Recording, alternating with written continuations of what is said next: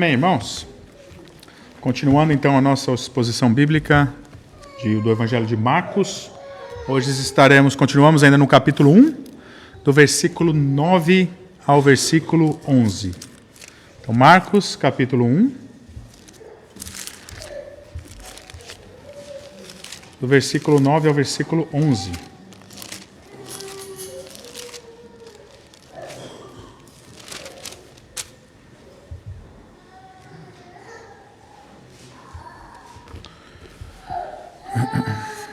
Hoje estaremos falando sobre o significado do batismo do Senhor Jesus. Então, Marcos capítulo 1, do versículo 9 ao 11. Diz assim a palavra do Senhor, versículo 9. Naqueles dias veio Jesus de Nazaré da Galileia, e por João foi batizado no rio Jordão. Logo ao sair da água, viu os céus rasgarem-se e o Espírito descendo como pomba sobre ele. Então foi ouvida uma voz dos céus: Tu és o meu Filho amado, em ti me comprazo. Senhor, graças te damos pela tua palavra, pelo teu evangelho. Muito obrigado, Senhor, porque nessa noite temos a oportunidade, Senhor, de aprender um pouco mais do teu evangelho. Abra os nossos entendimentos, abra o nosso coração para que nós possamos entender, discernir a tua palavra. No nome de Jesus que nós oramos e agradecemos. Amém. Meus queridos, eu sempre falo que é importante nós analisarmos o Evangelho do nosso Senhor Jesus Cristo, sempre olhando para as atitudes do Senhor Jesus. Então, nós teremos aqui o livro de Marcos todo, se Deus assim permitir, e eu queria que os irmãos tivessem isso em foco. Analisar as atitudes do Senhor Jesus. Olhar o comportamento do Senhor Jesus. E sempre, do capítulo 1 até o capítulo 16, nós olharmos como ele agia e compararmos como nós agimos. Olharmos como o Senhor Jesus agia e olharmos e imaginarmos como que as pessoas reagiriam se ele fizesse as mesmas coisas. Isso porque ele faria as mesmas coisas. Ele não muda. Ele faria exatamente o que ele fez. Então, que nós possamos, nessa exposição, estar focados nisso, no comportamento, nas atitudes do Senhor Jesus Cristo. Desde o primeiro verso aqui, o Evangelho de Marcos mostra ser um anúncio jubiloso do Rei Divino, Jesus Cristo, o Filho de Deus. A palavra do evangelho, que é evangelion, no contexto do primeiro século, ela significava adesão de um rei para o seu reino. Olha o significado. O que era evangelho? Para o primeiro século, significava adesão de um rei para o seu trono. E Marcos está escrevendo sobre o grande rei, o soberano, cuja vinda sinalizou o início de uma nova era para o mundo. E por que ele estava escrevendo para um público romano? Aqui nós vemos, Marcos intencionalmente, ele destaca detalhes que ele sabia que iria demonstrar a soberania imperial de Cristo na mente dos seus leitores gentios. Ele começou com o precursor do rei, aqui João Batista, como nós vimos na exposição passada, o rei messiânico, como qualquer monarca legítimo no mundo antigo, foi precedida por um precursor ali, que proclamou a sua vinda e preparou o caminho para a sua chegada. Como precursor profético, o ministério da preparação de João foi caracterizada por pregar o arrependimento e apontando os seus ouvintes o rei vindouro, o Senhor Jesus Cristo. Nesse texto que estamos abordando hoje, Marcos continua a enfatizar a realeza divina de Cristo, mas o foco muda de antecipação da data de chegada para a chegada do rei. Aqui é quando Jesus chega para começar aqui então o seu ministério público. De acordo com o seu tema, Marcos apresenta o batismo de Jesus, o nosso glorioso Senhor Jesus Cristo, como uma cerimônia de coroação real. É importante a gente ver dessa forma, em que a autoridade do rei messiânico é afirmada pelo próprio céu. É o que nós veremos aqui, né? Foi provavelmente um dia aqui de verão, no ano de 26, quando, para surpresa de João, Jesus estava entre as multidões quando vinham para ser batizados por João. Como explica Marcos, naqueles dias, Jesus veio de Nazaré da Galileia e foi batizado por João no Jordão. Fato que foi relatado por todos os outros 4 evangelhos. Esse fato aqui, nos 4 evangelhos, nós vemos essa história relatada. Embora eles foram relacionados e mais tarde se contactaram, né, João e Jesus, através dos seus discípulos, não há nenhuma indicação de que eles se encontraram antes ou após esta ocasião. A reunião foi iniciada por Jesus, que veio quando era o momento certo para ele fazer a sua primeira aparição pública. De acordo com Lucas 3, 23, ele tinha cerca de 30 anos de idade, quando ele veio de Nazaré, na Galileia, para ser batizado e começar o seu ministério.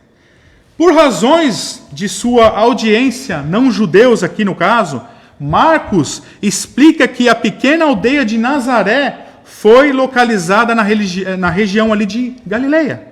Uma área que tinha grande parte habitada não por judeus, mas por gentios.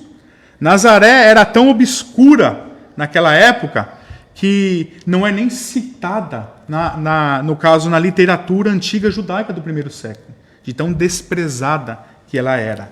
A Galileia tinha sido conquistada pelos israelitas durante o tempo de Josué e fazia ali parte do reino do norte, né? Fez do reino do norte, quando os 2 reinos ali, no caso, eram divididos. Mas quando o rei do norte caiu para a Síria, né, no ano 722 a.C., os assírios ali, eles levaram os israelitas deportados. E muitos gentios ali, no caso, vieram morar nessa região. Sendo assim, os judeus da Judéia olhavam a Galileia com desconfiança. E até mesmo os seus irmãos judeus que viviam ali, com um certo nível até de desdém, eles olhavam para eles. De acordo com João 7,41, muitos achavam que não era possível que o Messias podia ter vindo da Galileia. Isso nos mostra, meus queridos, que naquela época muitos judeus não se atentavam ao que a Bíblia ensina, quando da mesma forma como muitos evangélicos também não se atentam à Bíblia. Isso porque o questionamento deles mostrava grande ignorância do Antigo Testamento. Em Isaías 9, versículo 1 e 2, sobre o Messias diz o seguinte: mas não haverá mais tristeza para ela que estava na angústia. Em épocas anteriores, ele tratou a terra de Zabulon e a terra de Neftali com desprezo. Mas mais tarde, notem bem, virá o glorioso, o caminho do mar, do outro lado do Jordão, a Galileia dos gentios. Olha o que fala. Se você verificar a sua tradução, vai dizer isso. A Galileia dos gentios. As pessoas que andam em trevas vão ver a grande luz. Aqueles que vivem em uma terra escura, a luz brilhará sobre eles. Meus irmãos, é muito claro, né? E aqui nós vemos que o questionamento dos judeus era ignorância bíblica. Claramente, era o plano de Deus, o tempo todo que o Messias, embora nascido em Belém da Judéia, iria surgir da Galileia. O fato de que o Messias veio de uma aldeia insignificante em uma região humilde da sociedade judaica era em si mesmo uma repreensão ao sistema religioso corrupto que dominou ali o judaísmo, né, na época. Os judeus do primeiro século esperavam ali que o Messias viesse de Jerusalém, o centro da vida religiosa judaica. Em vez disso, ele veio da periferia, longe da instituição religiosa. Embora ele cresceu na obscuridade ali, o tempo tinha chegado para ele fazer a sua primeira aparição pública. Por isso, ele saiu de Nazaré. a fim de ser batizado no Jordão. Marcos já identificou o João como João Batista, no versículo 4. Um nome que diretamente associa com a prática exclusiva de batizar. É o que ele fazia, né? Embora os rituais dos judeus, do judaísmo, ele incluía várias lavagens cerimoniais, o batismo por imersão completa em água não era uma parte normal da prática religiosa ali judaica. A prática mais próxima era o batismo que os gentios convertidos ao judaísmo passavam. Eles eram lavados para significar a sua entrada no judaísmo. Agora, para João chamar os judeus para serem batizados de uma forma projetada para os gentios, era algo totalmente chocante. Confessar que eles não eram melhores do que os gentios era para muitos judeus ofensivo.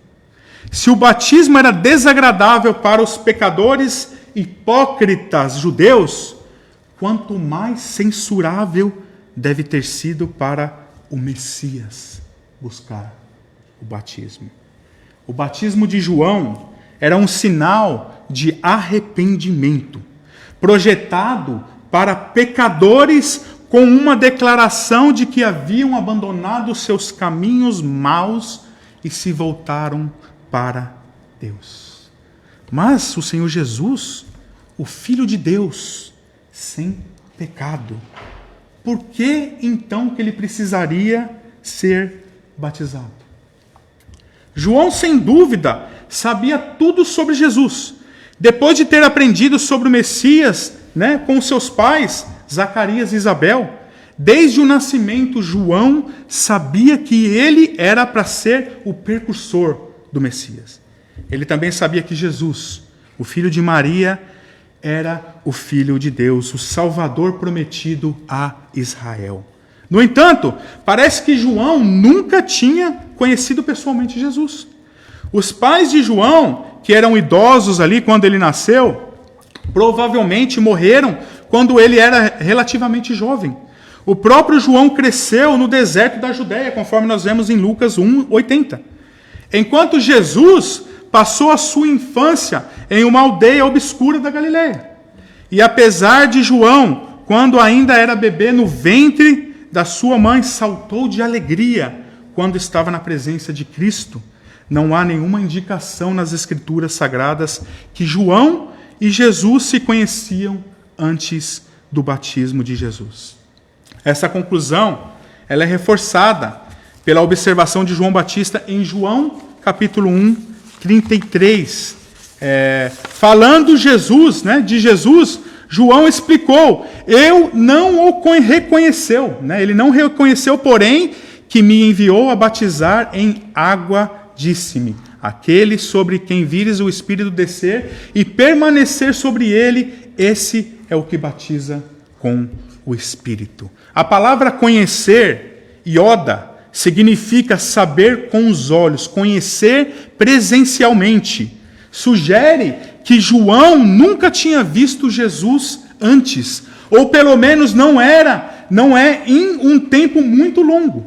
Consequentemente, aqui João não reconheceu Jesus, porque ele não sabia como ele era. Mais uma vez, que o momento inicial de desconhecimento passou, e João percebeu que este homem que estava em pé, na frente dele, era o Messias. Nesse momento, eu fico imaginando, tudo o que ele sabia sobre o Messias deve ter passado ali na mente dele. Tudo que ele aprendeu dos seus pais, tudo que ele sabia do Messias, deve ter passado ali na cabeça dele. E em João 1:29 nos diz, este era o Cordeiro de Deus sem pecado. A vida do Senhor Jesus não necessitava de nenhuma confissão ou de arrependimento, porque ele era sem pecado. Ele não precisava de conversão ou de transformação. Então por quê? Por que ele veio ali naquele momento para ser batizado, o batismo do arrependimento?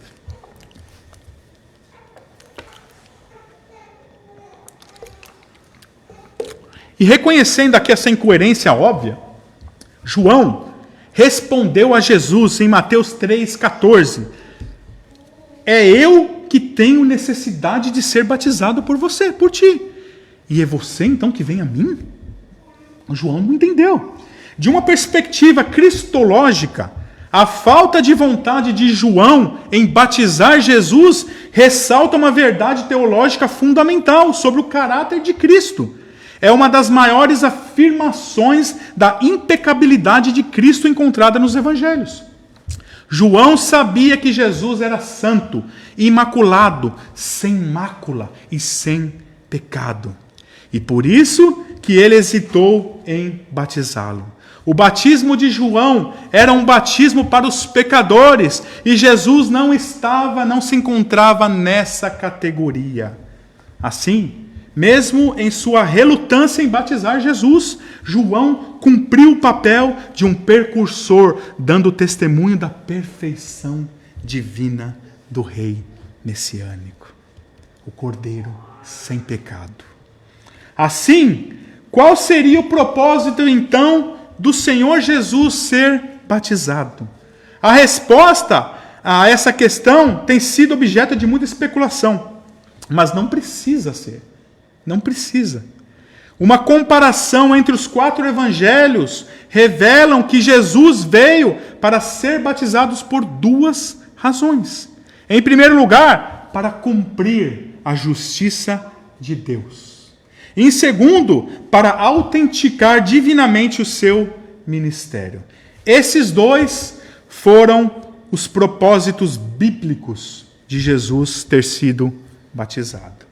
E aqui nós vemos para cumprir toda a justiça. De acordo com Mateus 3,15, Jesus respondeu a João com essas palavras: deixa neste momento, para desta forma nos convém cumprir toda a justiça.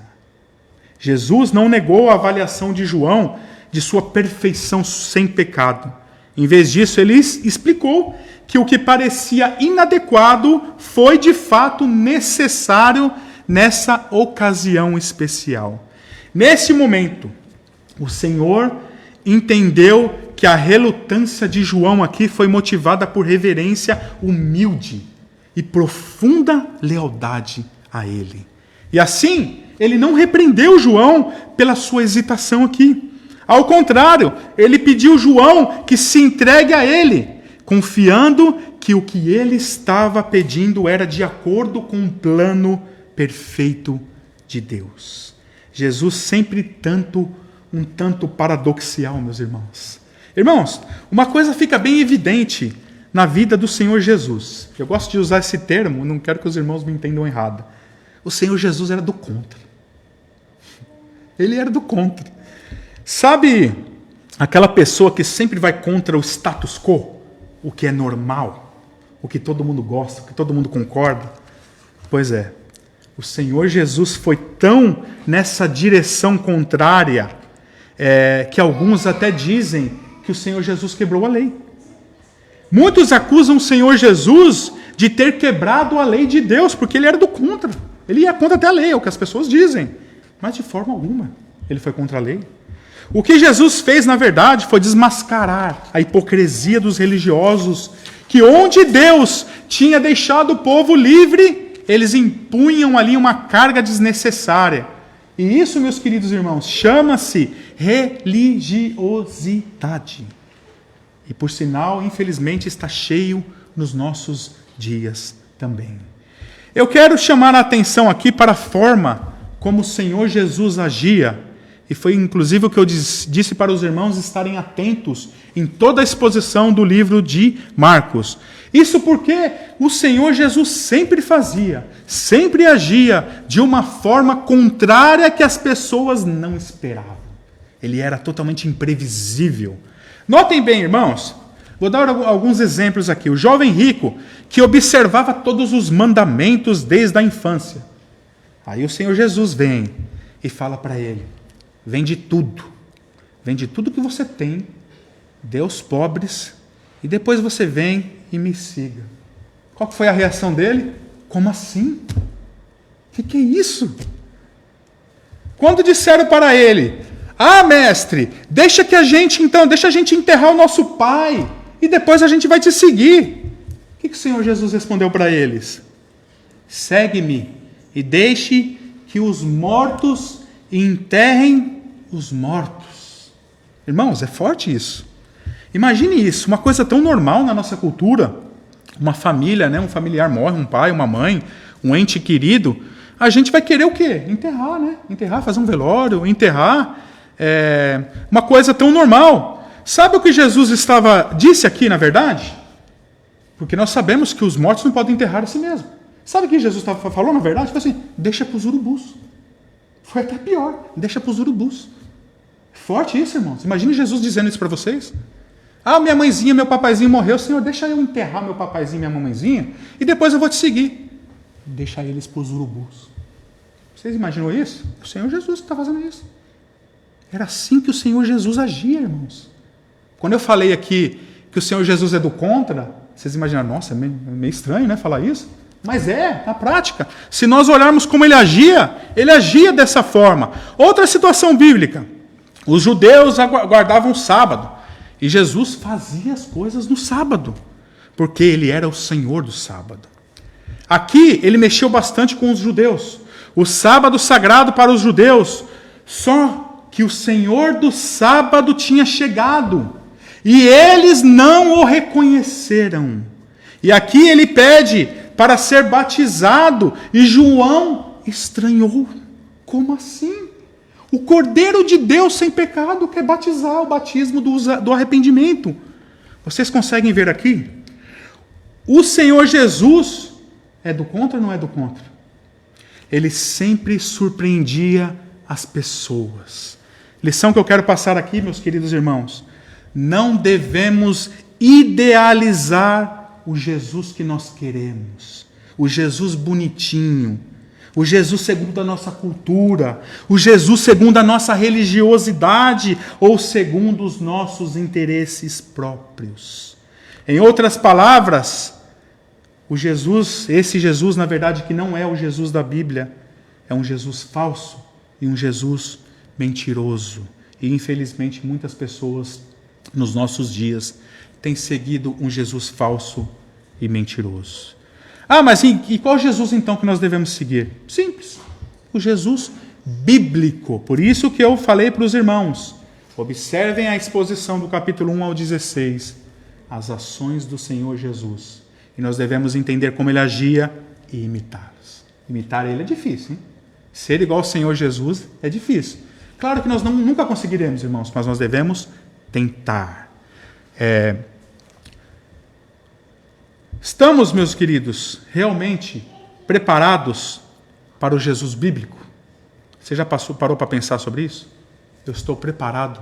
Se eu encontrasse com o Senhor Jesus, o Senhor Jesus bíblico, não é o Jesusinho coitadinho não, que eles pregam lá fora, lá que fica implorando para ser aceito.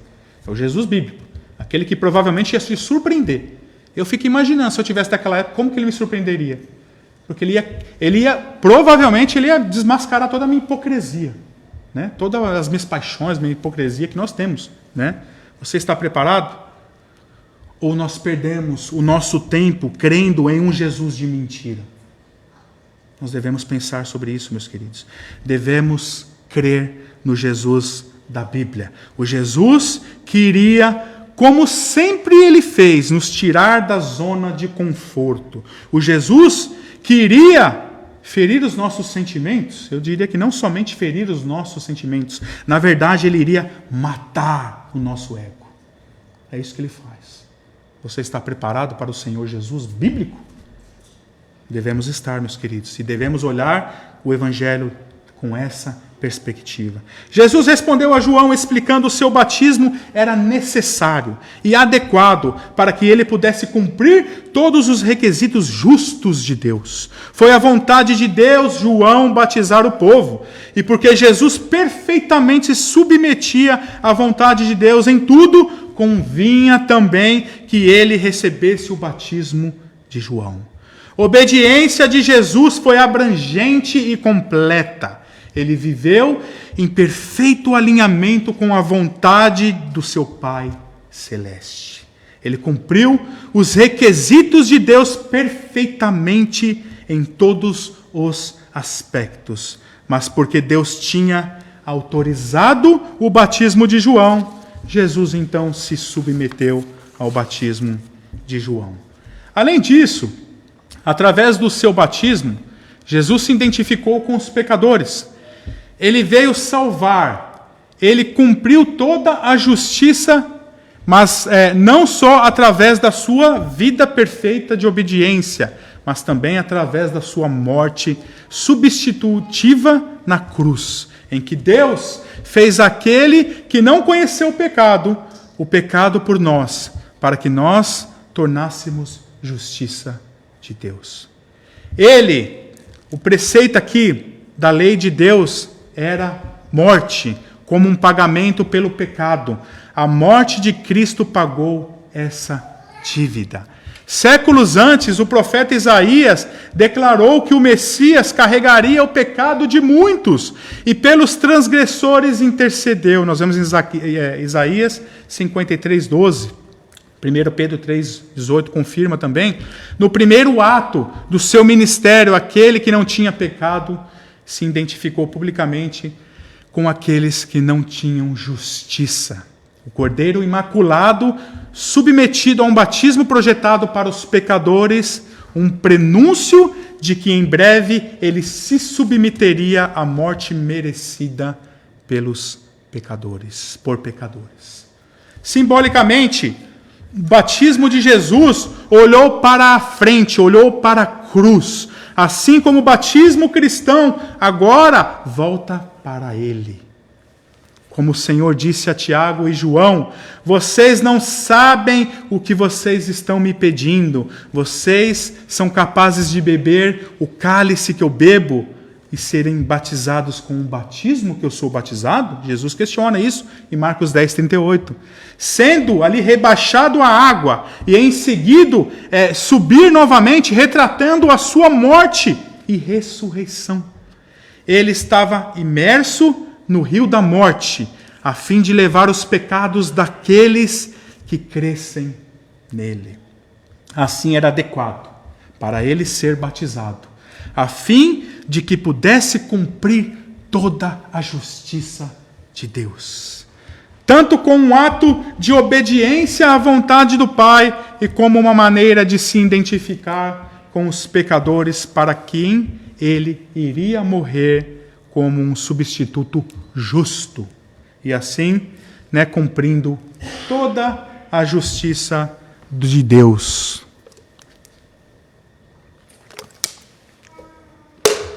Outro motivo aqui, para autenticar o seu ministério, por isso ele batizou. Imediatamente, quando saiu da água, viu os céus abertos e do Espírito como uma pomba descendo sobre ele, e uma voz dos céus dizendo: Tu és o meu filho amado, em quem me comprazo. Imediatamente, quando saiu da água, viu os céus abertos e o Espírito como uma pomba ali, descendo sobre ele, e uma voz vinda dos céus. Esse é o meu filho amado. Marcos não inclui o diálogo gravado por Marcos entre Jesus e João. Em vez disso, Marcos enfoca o evento espetacular que imediatamente seguiu o batismo de Jesus, a coroação divina do Messias messiânico.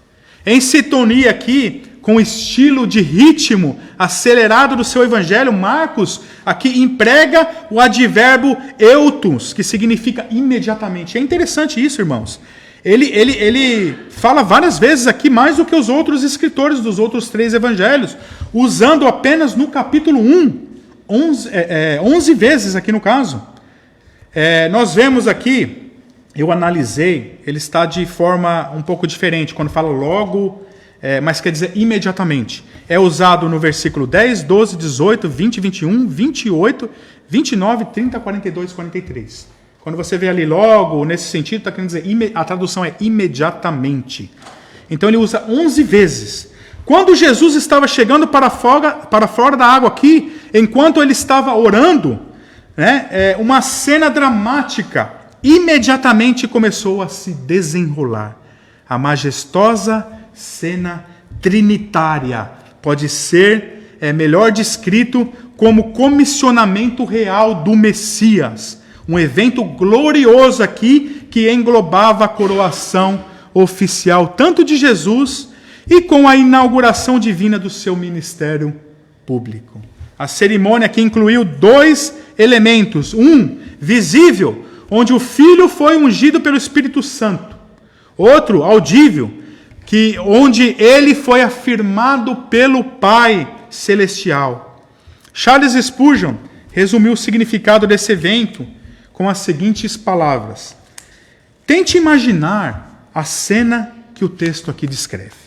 Quando Jesus saiu para fora da água, o Espírito de Deus desceu sobre ele em uma forma visível, de uma pomba, repousando sobre ele. João diz que repousar sobre ele, como se o Espírito foi desde então a ser o seu companheiro constante. E na verdade era assim. Ao mesmo tempo que a pomba aqui desceu e pousando em Cristo, ouviu-se uma voz do céu dizendo: Este é o meu Filho amado, em quem me comprazo.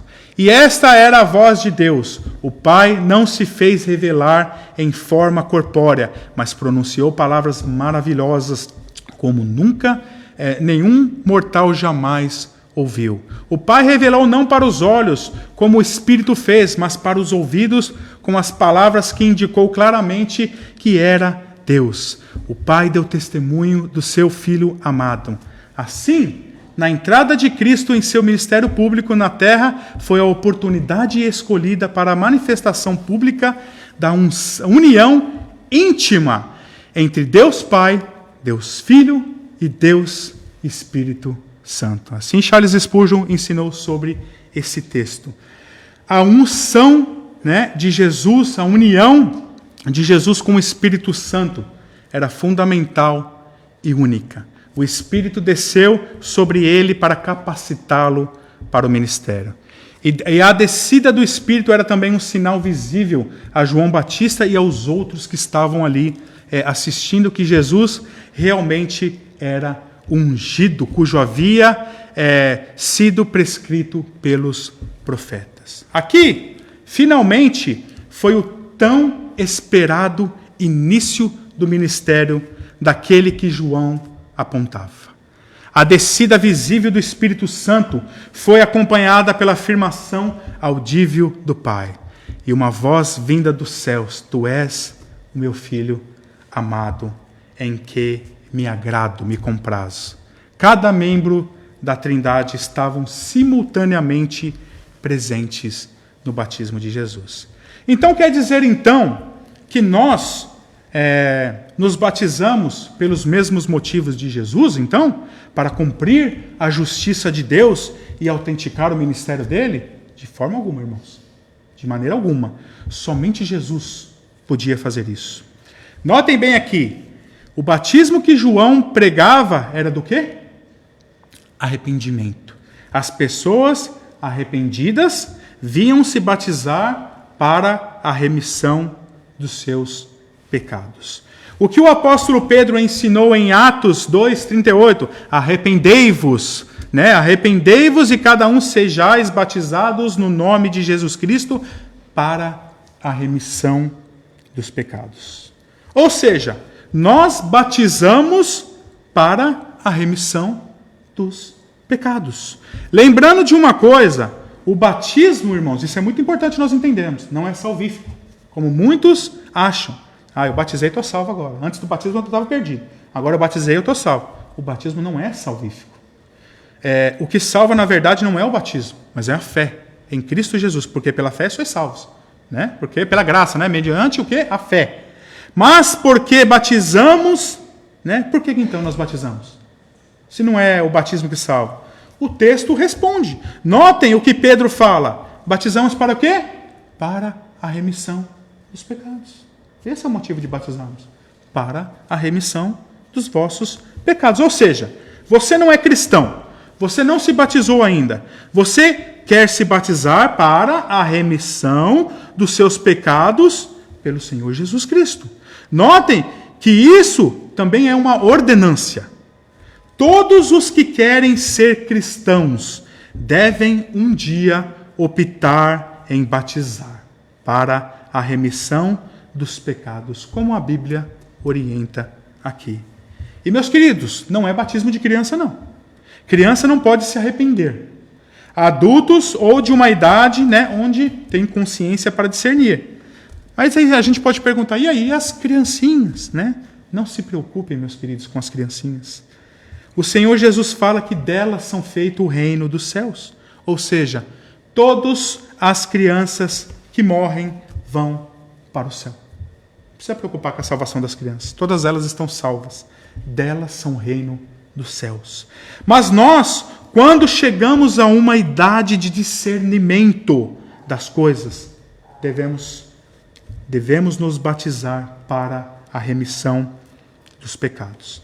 Outra coisa aqui que fazemos, além de batizar para a remissão dos pecados, que nós fazemos quando nós batizamos. Sabemos que somos batizados para a remissão dos pecados. Sabemos também que não podemos autenticar o ministério de Jesus e cumprir toda a justiça de Deus. Não podemos porque somente Jesus poderia fazer isso.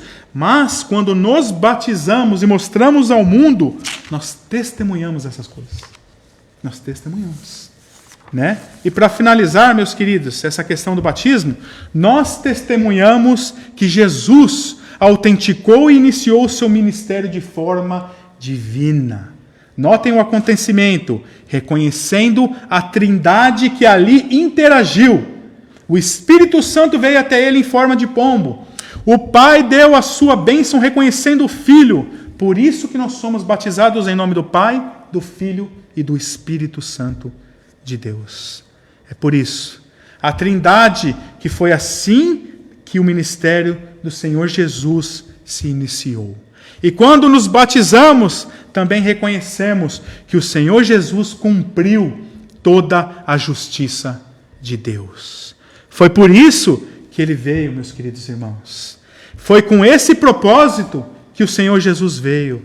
E essa é a mensagem de Jesus em se batizar. Eu vim para cumprir toda a justiça de Deus. E somente Ele, meus queridos irmãos, o Cordeiro de Deus sem pecado, puro, imaculado, poderia ter feito isso.